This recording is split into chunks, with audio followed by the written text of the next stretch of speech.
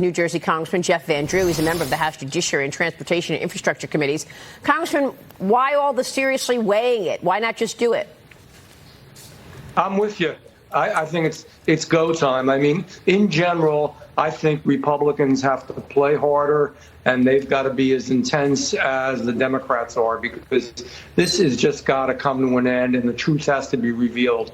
I mean, to be honest with you, Bragg is a second-rate prosecutor, basically a political operative that ran for office saying that he was going to go after President Trump. Not that he was going to help with the crime wave in New York City, not that he was going to clean New York up, but this was going to be his focus. And I think there's something there, because I think they probably weren't careful enough. And I think there could be some interesting conversations, emails, discussions, documents that we need to look at. And that is absolutely under the purview of the Judiciary Committee, which can look at about anything that's legal, and we should dig right into it and expose it for what it is. This is one big, fat nothing burger. Well, that's what I mean. I don't understand why you and your colleagues are weighing it. You say we're seriously weighing this. In the meantime, as you all discuss weighing this, President Trump was fingerprinted and got a mugshot and now has an arrest on his record. Let me tell you, my vote's for going right ahead and doing it. I mean, obviously, when will we know? When will the weighing period end? When will we know if you're going to subpoena? I think relatively soon. I would think within a week to 10 days, we're certainly going to be there. Now you have the Easter holiday, so you're not going to know within the next few days. But without a doubt, this is something we should do. And I want to emphasize again, Maria, it is important. I spoke to a group last night. We have to play as hard and work as hard, as they do. And they really are, obviously, when you have a local prosecutor, think how perverse this is, in a local town, which is still all New York is, go after a president of the United States over something that really doesn't exist. It's time to get serious. Here's Kayleigh. Congressman, what do you say to concerns that Congress lacks the authority to hold a locally elected official accountable? Obviously, what Bragg is doing is unprecedented and surely an abuse of his power, but does Congress have the authority to step in this matter?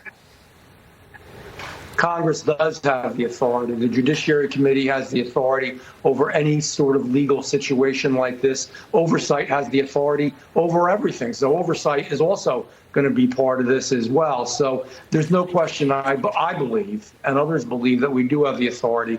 Part of that waiting period and that time and that discussion that Maria asked about is the fact to make sure that we're on solid ground. I believe that we are.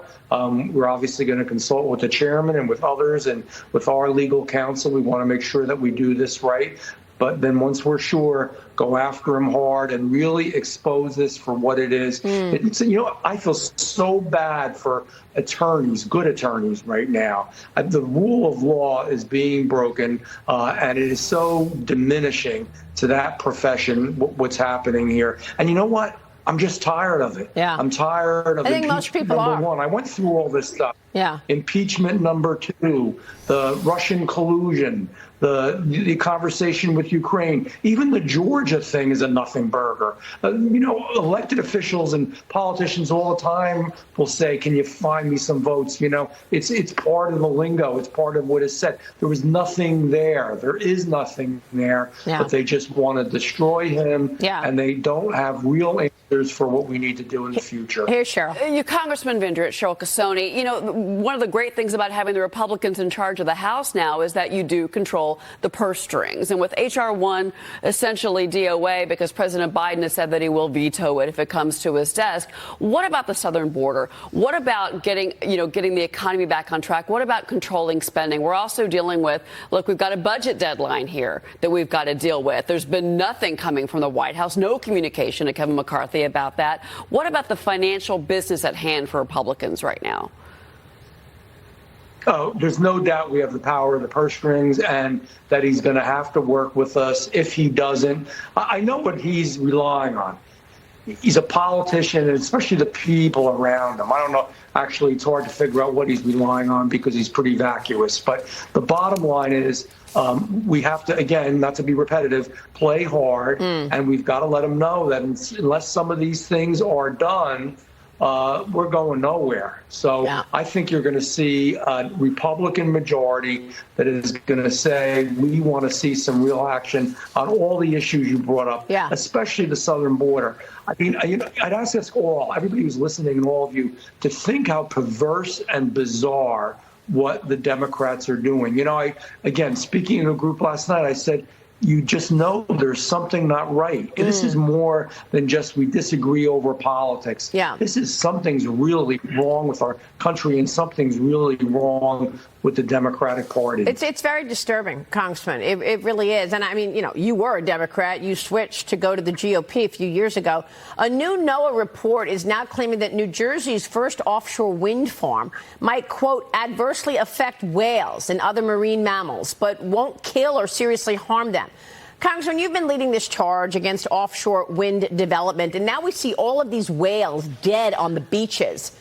I mean, you're talking about a group that claims that they are all about, the environment, and yet 31 whales have washed up on the East Coast, and a lot of people are blaming the wind farms. Is it really the wind farms' fault?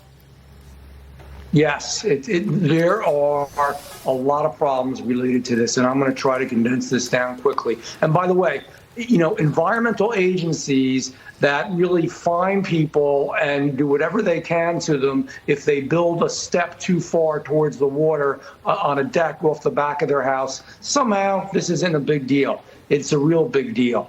We're hurting the whales. We're hurting the dolphins. We're hurting other undersea life. We're destroying the fishing profession and hurting them a great deal as well. It's going to cost us more for energy than ever before, and the ratepayer advocate said so. It's going to hurt tourism. Even the companies, these foreign companies that are going to control our energy. Think about that. We're not even going to, how weak is that? We're not going to control our own energy anymore. Even they say it's going to be at least $1 billion just on part of the shore that we're going to lose in business because of these things. They're very loud. They create a sound vortex. It's going to hurt the birds. It is environmentally, economically, and in every way we can possibly imagine a disaster. There is nothing good in this. And there are so many better things that we could do. Yeah. We should be #1 in energy. And for God's sake, control our own energy. Yeah.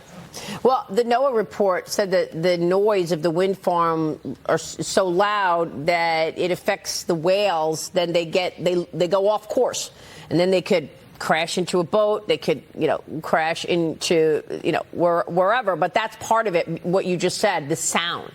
So we'll keep watching. This is a disturbing story for sure. Congressman, thank you. Thank you very much. Happy Easter, everybody. And to you, happy Easter. Jeff Van Drew in New Jersey. Breaking news overnight.